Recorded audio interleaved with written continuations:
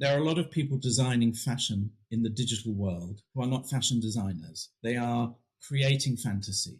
And this ties into perhaps the gaming world and where a lot of digital fashion began originally, which was through gaming engagement and gaming programs. The digital tools that fashion designers use today are from creating digital avatars and digital clothing for gaming. One of the important things for the Digital Fashion Group is the focus still needs to be on the designer and on design and on people who are trained to be designers. You know, you go through 4 years or sometimes 7 years in training to be a designer. And this means that you understand the whole process from A to Z of creativity, of development, product development, manufacture, retail. And therefore, when you design and develop a collection, there is a whole research basis behind this. And this is a really vital element to how the designer works. We really believe in focusing on how that designer can utilize the full range of the digital tools in a digital suite to go from the spark and the research through to understanding the consumer